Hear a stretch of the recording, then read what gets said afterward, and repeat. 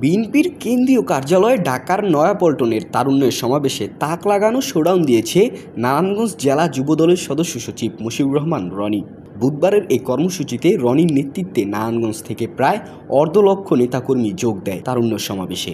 বেলা 11টা থেকে মতিঝিলের নটরডেম কলেজের সামনে রনির নেতাকর্মীরা জড়ো হতে থাকে। পরে রনির নেতৃত্বে দুপুর 2টার দিকে মিছিলের জনসমুদ্র নিয়ে নয়াপল্টনের দিকে রওনা হয় নেতাকর্মীরা। মিছিলের অন্যতম ব্যতিক্রম ছিল বিএনপির ভারপ্রাপ্ত চেয়ারম্যান তারেক রহমানের প্রতিকৃতি সম্বলিত ছবির সামনেই দেখা গেছে নেতাকর্মীর বিশাল বহর নিয়ে রনি ছুটে চলছেন তারুণ্যের সমাবেশে। এই সময় নেতাকর্মীরা বিএনপির ভারপ্রাপ্ত চেয়ারম্যান তারেক রহমানের নাম ধরে স্লোগানে মুখরিত করে তোলে পুরো নয়াপল্টন বিএনপি কেন্দ্রীয় কার্যালয়ের সমাবেশ স্থল।